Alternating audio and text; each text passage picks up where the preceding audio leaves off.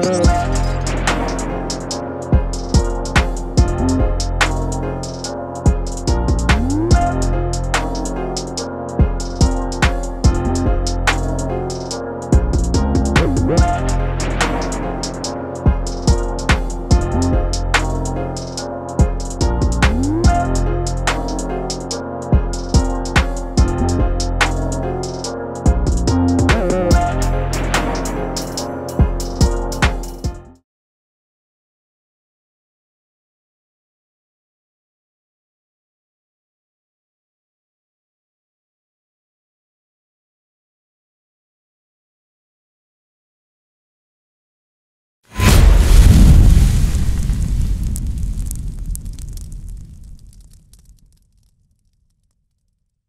viens de la tribu de Lévi et tu es un enfant d'Israël. Pas spirituellement, de sang. Dis. Ton Dieu, si ce n'est que tu craignes l'Éternel, ton Dieu. Que tu crains l'Éternel, encore. Afin de marcher dans toutes ses voies. De marcher dans ses voies. Tout le monde dit ça. Continue. D'aimer et de servir l'Éternel. D'aimer et de servir l'Éternel. Qu'est-ce que ça veut dire? Continue. Ton Dieu, de tout ton cœur et de toute ton âme. Si, lis. Ce n'est que tu observes les commandements de l'Éternel. Si ce n'est que tu observes les commandements de l'Éternel. Donc, marcher selon les voies de Dieu, craigner Dieu, servir Dieu et de l'aimer de tout son cœur, de toute son âme, ça veut dire observer ses commandements. Là, ma soeur, je vais te montrer un commandement. Demande le verset.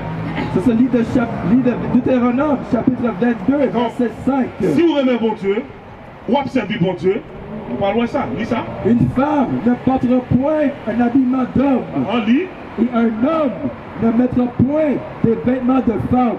Pourquoi?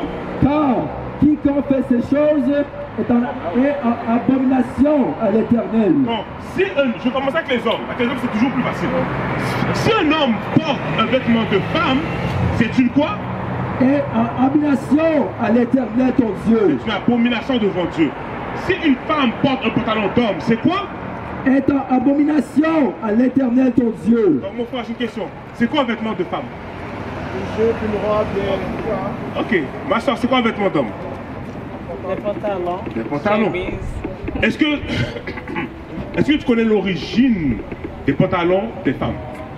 Quand les femmes ont commencé à porter des pantalons. Dans les fins des années 50, ok, il y a eu le mouvement féministe. Lorsque les femmes ont commencé à prendre leur droit pour voter. Mais avant, toutes les femmes portaient des robes, des jupes. Là. Il n'y avait pas une femme là qui, peu importe ta couleur, là, il n'y avait aucune femme qui portait des pantalons. Et ça commençait à partir de là. Maintenant, Proverbe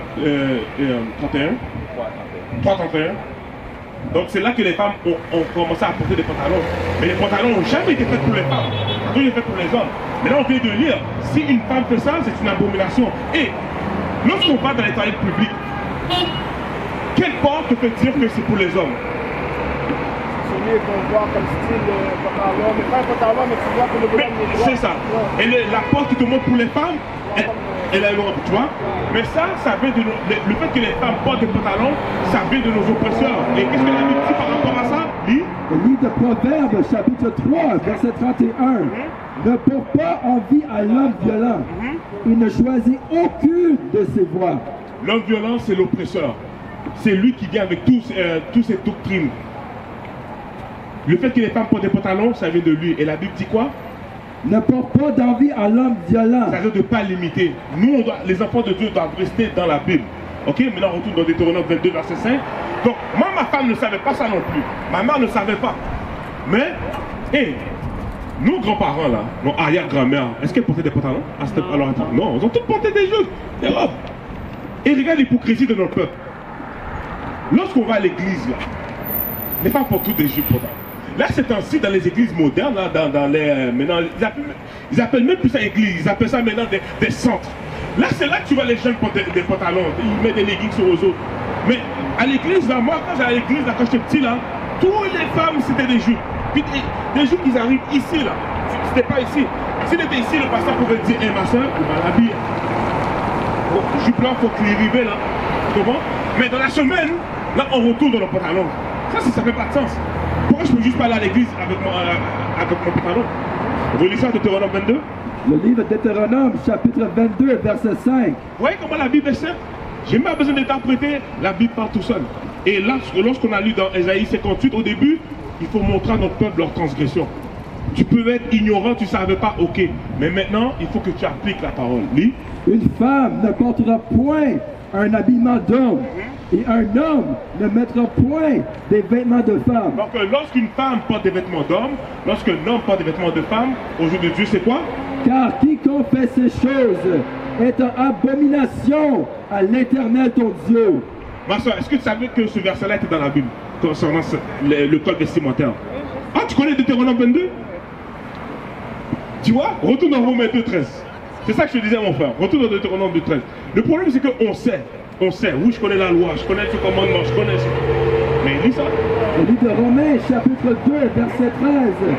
Ce ne sont pas, en effet, ceux qui écoutent la loi. Dieu n'a pas besoin des gens qui écoutent seulement.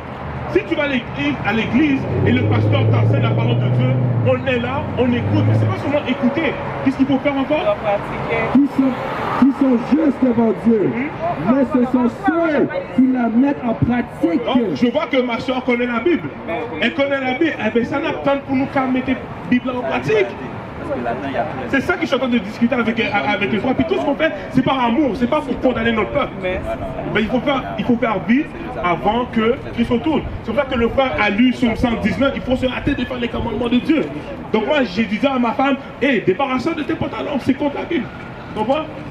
C'est jeter tout. Oui, ma soeur, vas-y. Si tu as une question, vas-y. Je sais que c'est contre la Bible, mais ici, quand on vit dans un pays froid comme ça, on ne peut pas rester avec des jupes et des robes comme ça. Mais chez nous, en Haïti, on ne met pas ça. Ok. Les saisons, là, que ce soit été, automne, hiver, qui a créé les saisons? C'est Dieu. C'est Dieu. Oui. Alors, ma soeur, penses-tu pas que Dieu savait tout ça, qu'il y allait avoir du froid à un certain niveau, tempête de verglas? Tu penses que Dieu ne saurait pas tout ça? Non. Le leggings, là, ma soeur, c'est pas le leggings, on connaît pourquoi aller, mais bon, 2 millions d'enfants. Oui, c'est pas le leggings le problème. C'est comment tu mets le leggings. Parce que quand, oui, pour répondre à ta question, oui, c'est vrai, il fait froid. Mais tu peux mettre des leggings et tu mets ta jupe par-dessus. Une femme avec qui en jupe, là, elle travaille avec en jupe, c'est vrai. Quand j'étais dans le monde, oui, je pouvais aimer ça. Les faire en pantalon, tout ça. Mais quand mes yeux sont ouverts à la parole de Dieu, c'est une abomination. Tu comprends? Il y a toujours des... tu tentes les autres avec ça. Et quoi? C'est comme tu tentes. On va tenter mon avec oui, pantalon. Mais c'est pour ça qu'il y a une solution à tout. Il y a les manteaux, il y a les longs manteaux. Ok. Il y a les longs manteaux, il y a les longues jupes. Devant Dieu, il n'y a pas d'excuse. Là, j'ai une question pour toi. Est-ce que tu portes des leggings durant l'été? Durant l'été, des fois, oui. Et chandail dans l'irrité là? Non. Non? Il a aussi? Peut-être des fois, mettez en bout de robe et puis mettez... Parce que pour de vrai, tu sais le problème avec l'église, comment les filles appliquent ça, ça aide pas la communauté pour de vrai. Ça aide pas. Surtout pour les hommes. Ça aide pas. Donc si on a l'amour du prochain, on a l'amour du prochain, il faut qu'on s'entraide les uns les autres. Donc si on pouvait commencer par le code vestimentaire, c'est bon aussi. Et nous les hommes aussi. Les hommes, les garçons qui marchent avec leur pantalon en bas des fesses, tout ça. Non, ça c'est pas bon ça. Non, c'est pas bon. C'est bien beau de dire oui, les hommes ne doivent pas porter des vêtements de femmes. Mais les hommes aussi, il y a l'application des vêtements aussi. On doit s'habiller de façon... C'est filles et hommes. Tu comprends?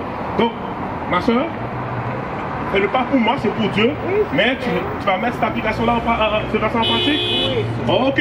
Donc Dieu t'a entendu, Dieu a enregistré ça. Hein? Sophonie 1.8 avant qu'elle parle. Ah, Sophonie 1.8. Un dernier verset pour m'étaler. Un dernier verset. Sophonie 1.8. Sophonie 1.8. Parce que oui, c'est vrai, on vit sur la grâce de Dieu, mais la grâce, elle va terminer. Parce que lorsque Christ va retourner, là, il n'y aura plus de grâce. Il y en a qui pensent que la grâce est là pour toute l'éternité, là. Non. Ça, c'est le livre de Sophonie, chapitre 1, verset 8. Au jour du sacrifice de l'Éternel. Au jour du quoi? Au jour du sacrifice de l'Éternel. Le sacrifice de l'Éternel, là, c'est pas le sacrifice des animaux, non? C'est des humains que Dieu a tués quand Christ va retourner. Christ ne va pas retourner la vie. Ça va être beau ici sur la terre, c'est la guerre qu'il va avoir. Ça va pas être beau là, au jour du retour de Christ. Continue. Je vais châtier les princes et les fils du roi Et tous ceux qui portent des vêtements étrangers. Tous ceux qui portent des quoi? Des vêtements étrangers. Lorsqu'un homme porte un vêtement de femme, c'est un vêtement étranger pour lui. Lorsqu'une femme porte des vêtements d'homme, c'est un vêtement étranger pour elle. Lis. À ce jour-là, je châtierai tous ceux qui sont par-dessus le seuil. Donc, ce qui veut dire que le sacrifice de Dieu, Dieu va tuer tous ces gens-là qui font ce qui est contraire à la Bible. Donc, lorsque Christ va retourner, ma soeur, nous espérons que nous parlons juste et pourquoi qu'il frange en Jude. Lorsque Christ va retourner, mais là, c'est en toi puis Christ. Nous, on fait juste annoncer la parole. Tu comprends? C'est pas juste les habillements, mais tu dois être correct avec Dieu. Oui, si c'est quoi? Être correct envers Dieu, c'est d'observer les commandements. Oui, c'est ça. Si on dit qu'on connaît Dieu, puis on ne garde pas les commandements, la Bible dit qu'on est menteur. Il faut garder les commandements de Dieu. Et puis c'est pas seulement 10 commandements, c'est les commandements de Dieu. Ok, c'est bon, ma soeur. Ok, bonne journée. Maintenant, acte 9. David, je retourne à toi. We used to scream black power while Heron was pushed.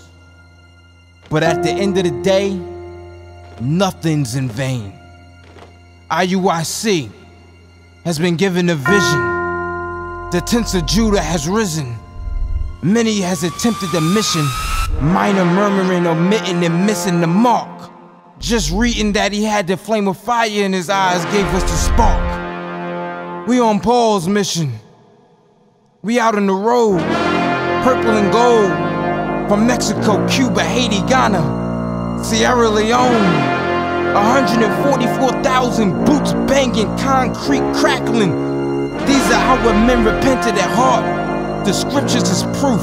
IUIC, we deliver the truth.